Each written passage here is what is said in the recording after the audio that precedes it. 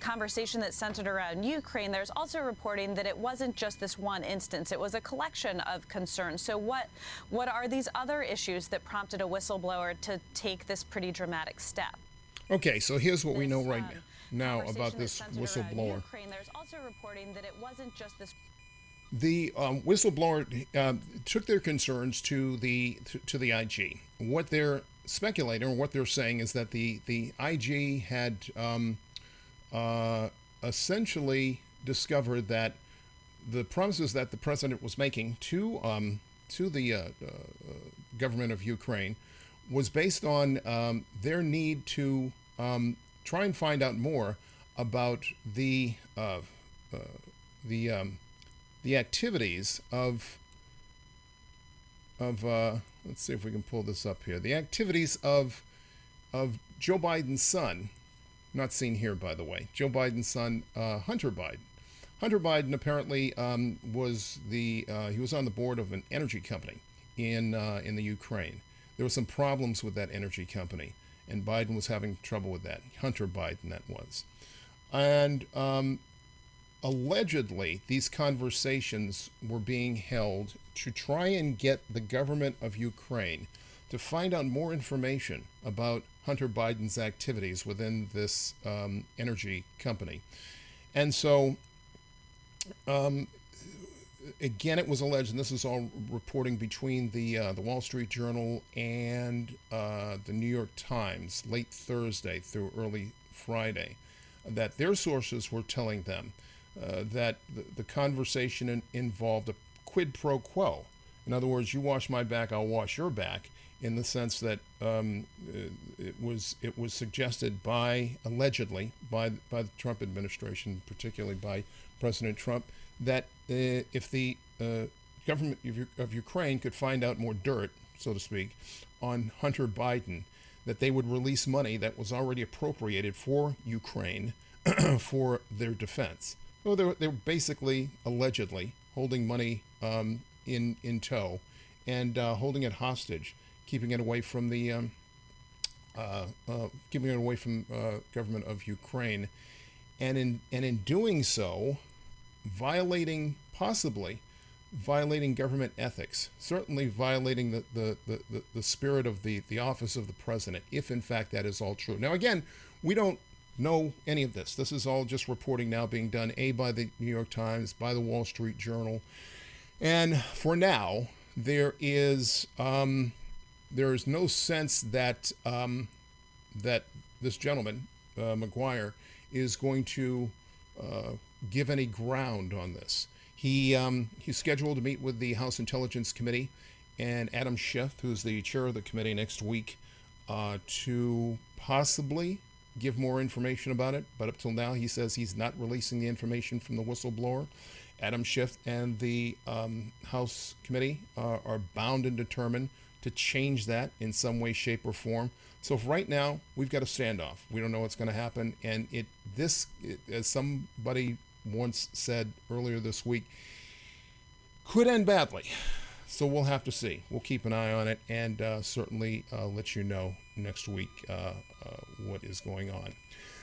Meanwhile, again, question for tonight. Phone lines are open, 443-505-7560. Did the Patriots make the right decision in letting go Antonio Brown, which they did this afternoon? Antonio Brown, of course, the wide receiver with the Patriots, just came on board with the Patriots. He's been embattled since he's been with them because of allegations of sexual assault from a woman who accused Brown of doing this, and she used to be his trainer, from what we understand. Well, now there's a second accuser that has surfaced, and that second accuser was apparently too much for the Patriots, and they let him go this afternoon. He's only accused. Did they make the right decision? 443-505-7560. We'll take your phone calls coming up. Also in the news this week, this guy, Corey Lewandowski. What a pain he is. I mean, a real first-class pain in the butt. And he appeared in the on the Hill this week to answer questions of the House Intelligence Committee, I believe, again, on a variety of subjects. But he was willing to go there, and he went willingly. And I think Congress thought they were going to get something out of him, but they got very little out of Corey Lewandowski. In fact, frankly, they were played. We'll talk about that in a second, but in case you did not see it, here's the compilation of what happened on Thursday on the Hill. When the president asked you to deliver his message to Sessions, did the president tell you that Sessions had already said no? Volume 2, page 107? Again, Congresswoman, I recognize that the privilege is not mine, but I've been asked by the White House to... Congresswoman, I'd be happy to answer your question, or you can just have a conversation by yourself. But if you'd like to ask me a question, I'll be happy to answer it. I'm going to continue. The reason is well, then don't ask me a question if you don't want to hear my answer. I'm reclaiming my time. This is a House judiciary, not a House party. So if you ask me a question, give me the opportunity to answer your question. Mr. Lewandowski, I'm going to put a slide up, and it's the words that President Trump dictated to you on July 19. Can you read what you wrote down? I'm happy to have you read it, Congressman. Well, why don't you want to read it, Mr. Lewandowski? I think you should afford me the same privilege you afforded Director Mueller. Would you like to read it? No, you're welcome to read it. Are you ashamed of the words that you wrote down? President Swalwell, I'm very happy of what I've written, but you're welcome to read it if you'd like. Are you ashamed to read it out loud? I'm not ashamed of anything in my life, Congressman. Are you? Then why don't you read the words? Congressman, I've asked and answered your question. Lewandowski, why won't you read the words aloud? I've asked and answered your question, Congressman. If you'd like to read the words, you're welcome to. Lewandowski, is it correct that as reported in the Mueller report on June 19, 2017, you met alone in the Oval Office with the President? I said, is there a book and page number you can reference me to, please? I don't have a copy of the report in front of me. Volume 2, page 90. But I simply ask you, is it correct that as reported in the Mueller report on June 19, 2017, you met alone in the Oval Office with the President? Could you read the exact language of the report, sir? I don't have it available to me. I don't think I need to do that, and I have limited time. Did you meet alone with the President on that date? Congressman, I'd like you to refresh my memory by providing a copy of the report so I can follow along. I'm sorry, Congressman, what page was it? The clock should have been stopped and should remain stopped. Page 90, volume 2. Okay, and which paragraph, sir? I don't have it in front of me. I'd like a reference, sir, so I can follow along on what you're asking.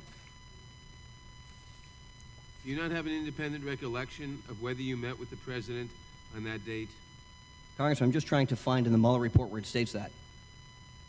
Well, you have it in front of you. I gave you the page number. Okay, where on page 90 is it, sir? Mr. Chairman, you got to start the clock. Jesus Christmas. Each and every one of those congressional members experienced in their own way. However, here's my take on it. Those people in order, Representative Sheila Jackson Lee from Texas, Eric Swalwell, and Jerry Nadler, the committee chair. All very experienced, but here's the problem. When you have a witness who is bound and determined to turn the process of a congressional hearing to their own advantage, you, the members of Congress, then wind up at a disadvantage because all you really want to do is show off in front of the cameras. That has been shown again and again. How often have we seen these congressional hearings on the Hill with various Congress people posturing back and forth?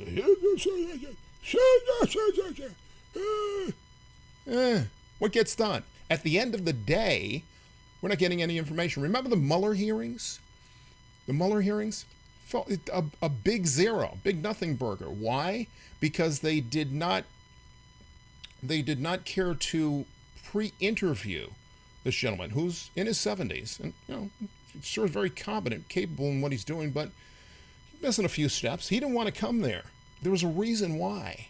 He's not good in that environment. It would be to your advantage to pre-interview somebody like that and find out what's going on, rather than just stick them in there cold and then find out later that it is it's not what you expected or what the American people expected. In this instance, on Tuesday, it was completely out of pocket. Corey Lewandowski went there exactly to do exactly what he did, which was play most of the members of Congress as they tried to shake the finger and bluster. Here's what I suggest we do from now on. Well, you know what? Before we do that, take a look at this. This was the only moment during these hearings that made any sense. This is questioning by Congressional Attorney Barry Burke. Usually in these congressional hearings, it's just the House members, it's just representatives. Every now and then they get special permission to bring in one of their attorneys and do the questioning. Guess what? I mean, even though many of these congresspeople are also attorneys, I think they forgot how to do this. But this is a trial attorney, a person who's used to questioning and you know, playing that Perry Mason thing and getting people to admit to things that they're trying not to admit to. And he was very good at that. This happened in the last half hour of a 6-hour hearing on Capitol Hill. Again, Attorney Barry Burke. Take a look at this. So let me ask you, have you ever been untruthful about being asked to answer questions of the special counsel? I've already testified. I've been honest to the best of my ability. Sir, let me show you another clip, and this one was from March 25th, 2018, from Meet the Press, March 25th, 2018. Have you met with the special counsel, Robert Mueller? I know you've testified before the Senate and the House Intel investigations. What about the special counsel? Look, I have said very candidly, I'll be happy to speak with the special counsel if they'd like to do that. I've been very open about, I volunteered to testify for 12 hours in front of the House committee. I've testified in front of the Senate committee, and I'll make myself available because I was there at the very beginning of the campaign. Have they asked for you yet, though? Have they asked for you? Not yet, no.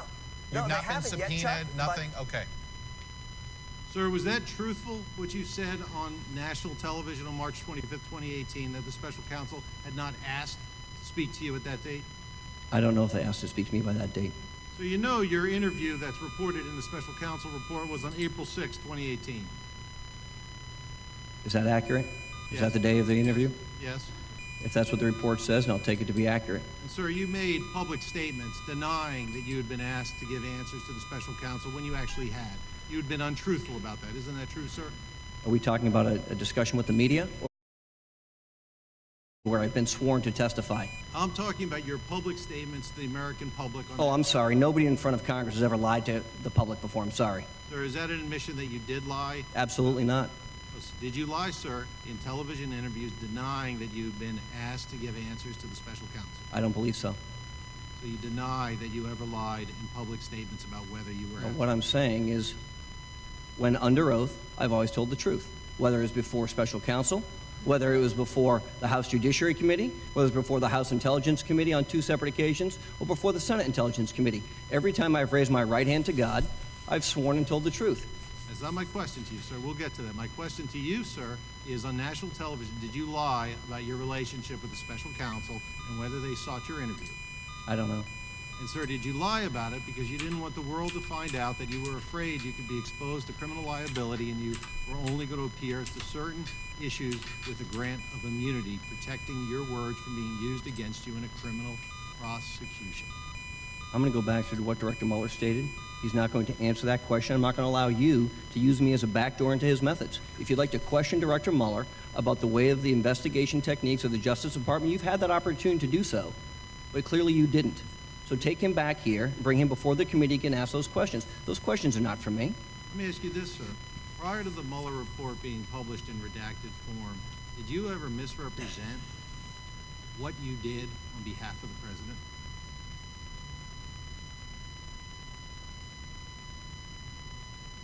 I can't think of an instance where that would have occurred.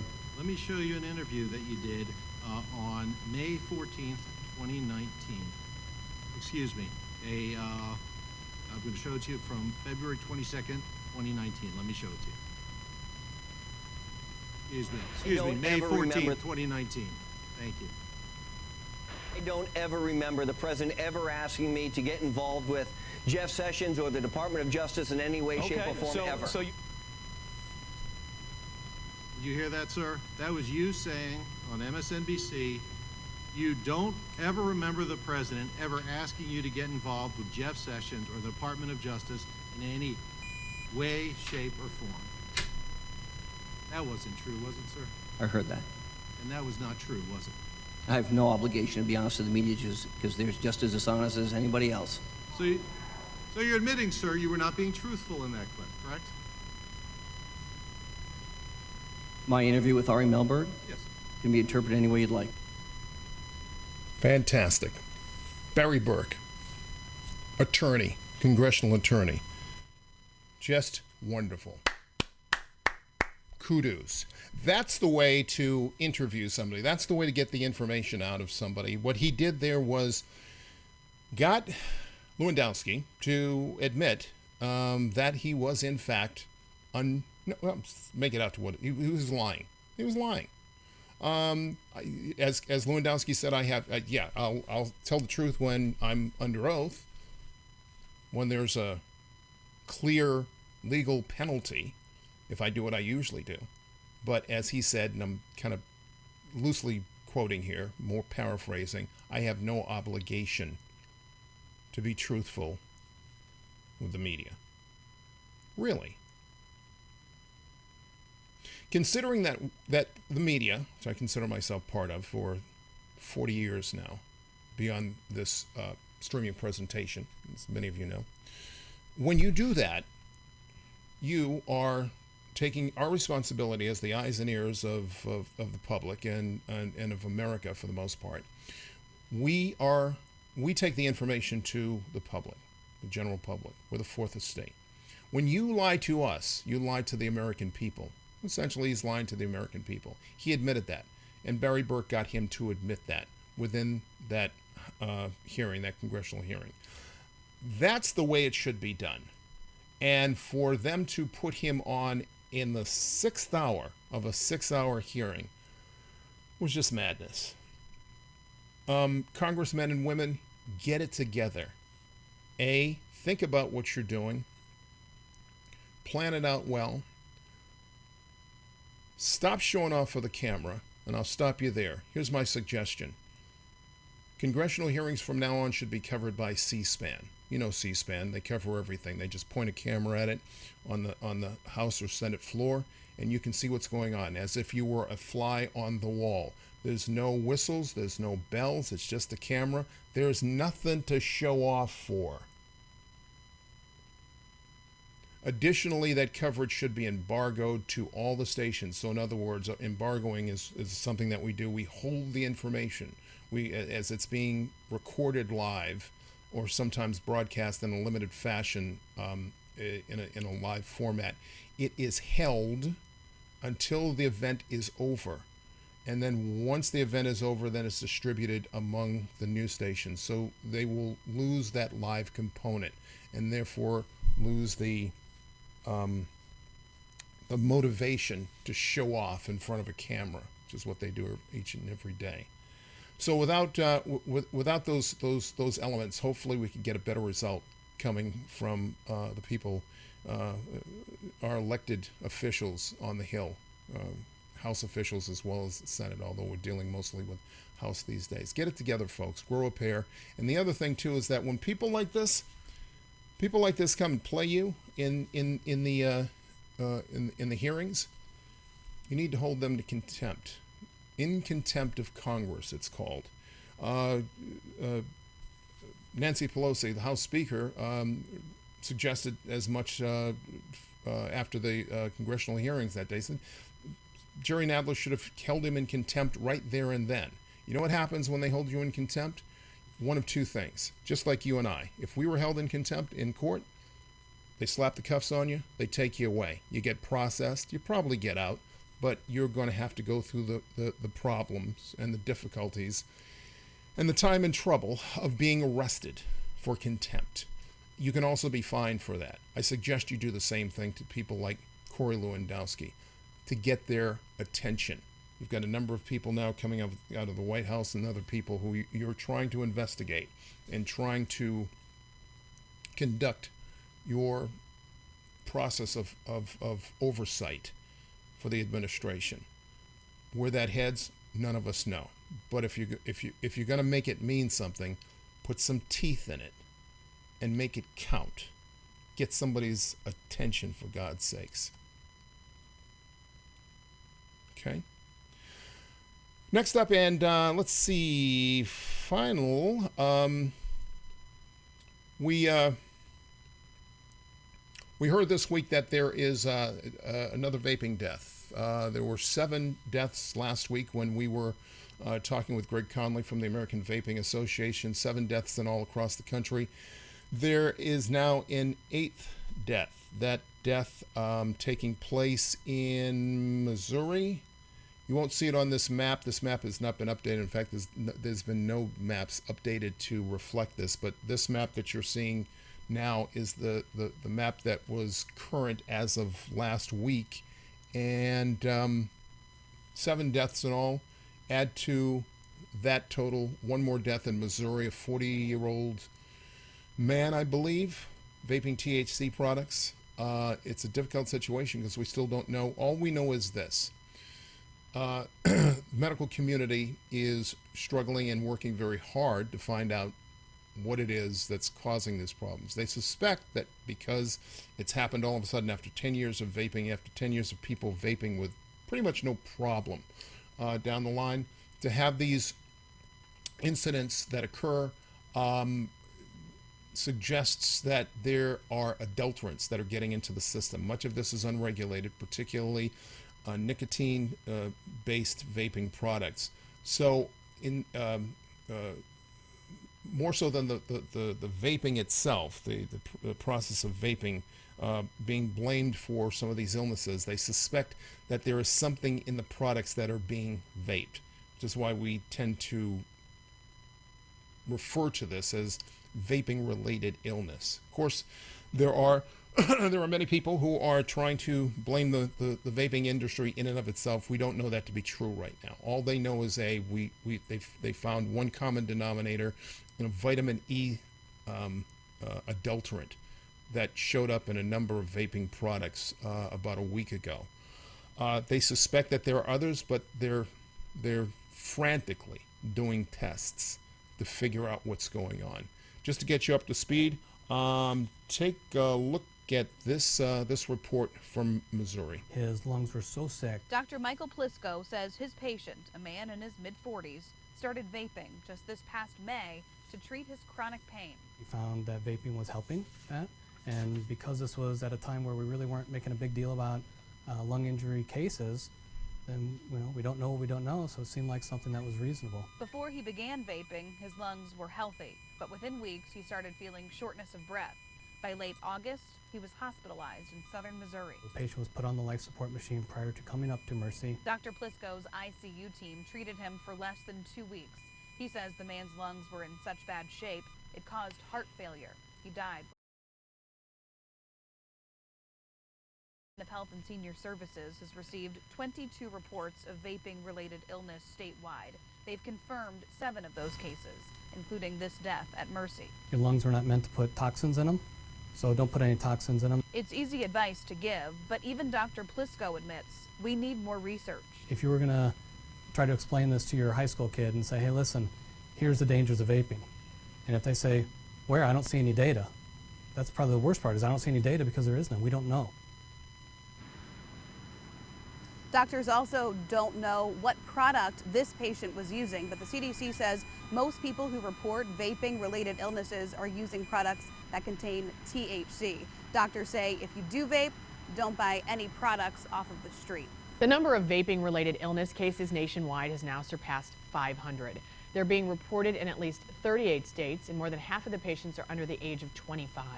3/4 of the cases are men. Experts say there's a reason it's taking the CDC so long to figure out what's causing the problem. Patients may not even know what's in the products that they've been using. Patients may have been using a number of products, and they may not know which is the one or more that led to the injury they're experiencing. The FDA has launched a criminal investigation into the supply chain and is now analyzing more than 150 samples. A new report says vaping more than doubled in the last 2 years among 8th, 10th, and 12th graders. So, what's a vapor to do? Frankly, the best advice that has come down this week from the CDC, the Centers for Disease Control, is for regular vapors to just stop until they get a handle on this. Now, that may be unrealistic for most people. As an alternative, they suggest many organizations within the vaping community and a few medical organizations will suggest that at the very least, confine your vaping to products that are regulated. So in states where cannabis is legal, confine your activity and your purchase of products to legal products, not street, because all the adulterants that have showed up so far have been traced to street manufactured products, things off the black market. So stay away from that. There was also, you mentioned this earlier, in CBD products that also can be vaped and ingested in a number of different ways. Many of these CBD products, in fact, most of them are completely unregulated, because remember, CBD, hemp CBD, is not illegal in most states, the hemp form. So there's two types of CBD. CBD can be extracted from hemp or from the regular cannabis plant that most people also use to get high. The former is not illegal, but it shows up in those states where it's not illegal. It shows up almost anywhere. You can find it in convenience stores and head shops and, I don't know, mom and pop gas stations, just almost everywhere. Stay away from that shit. Okay? Get your stuff legally. Again, that is not going to guarantee any good outcome. The CDC recommends that you just put all vaping products down right now until they get a handle on what's going on with this. But short of that, certainly for people who are in legal states, get it from a legal dispensary, one that is heavily regulated. None of those dispensaries are going to get any street stuff, product that was manufactured on the street, and risk their license going forward. So you can almost be assured that everything out of there is going to be safe. But for gosh sakes, if you can and if you choose to, probably a good idea to just put it all down right now until we get a better handle on that. As I said, in the weeks to come, Greg Conley, who was on with us last week, great guy, very, very informative, very knowledgeable. We had a lot of people in last week talking about the vaping community and some of the problems that we just discussed here tonight. He's going to be back with us, hopefully on a once-a-month basis until this all kind of shakes down, to figure out, or to at least answer your questions. So it'll be a Q&A session, special Q&A session here on Now to answer your questions by chat and by phone. So we'll be doing both. So you can keep an eye out for that. Also coming up next week, something that we think is going to be very special. Rolanda Watts. I don't know if you remember her. She was a wonderful lady, talk show host back in the 90s, along with Geraldo, Sally Jesse Raphael. Remember all those daytime talk shows? Well, she had one of the leading talk shows back in the day, back in the 90s, and the show went on for about 4 years. Very successful show, but all the shows died out at some point, and hers did too. And then she, like a number of other people, kind of disappeared from the scene. Well, guess what? She's back, and she's reinvented herself in a very interesting way. So she's going to be our guest next week, right here at 7 o'clock on Friday, and she'll join us for a little discussion. She'll take your questions and answers too. And I refuse to tell you exactly how she's reinvented herself. It's called a deep tease. You'll have to come back and find out what she's doing. I think you'll find it very interesting and funny. There's a hint. Okay. Anyway, thank you for joining us today and this evening. We hope you're getting something out of our little foray into streaming information each week here and now. Tell your friends. Be sure to like our page and subscribe on our YouTube page if you care to. And certainly join us again next week right here for more information on Now. Till then, enjoy your weekend, and we'll see you next week.